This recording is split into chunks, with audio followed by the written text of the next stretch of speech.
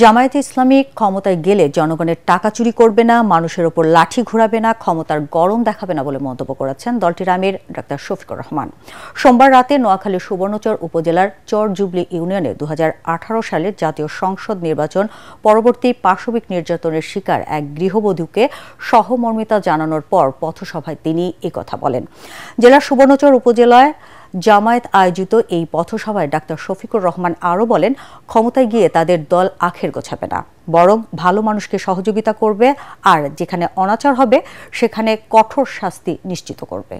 আমাদের এই ধান্দা নাই ক্ষমতায় গিয়ে মানুষের উপর লাঠি ঘুরাবো, ক্ষমতার গরম দেখাবো, হাব ভাব নিয়ে চলবো, জনগণের টাকা চুরি করব, নিজের কপাল অবৈধভাবে বড় করার চেষ্টা করব। আল্লাহর কসম, এগুলো আমাদের ইচ্ছা নয়। আপনাদের সামনেই আমরা বেড়ে উঠেছি, আমাদের সহকর্মীরা বেড়ে উঠেছেন, আপনারা তার সাক্ষী। তারপরে আমরা মানুষ, কোথাও যদি আমাদের কোনো ভুল দেখেন, দয়া করে ভালোবেসে আপনারা আমাদেরকে সংশোধন করে দেবেন। আমরা আজীবন আপনাদের কাছে ঋণী থাকবো।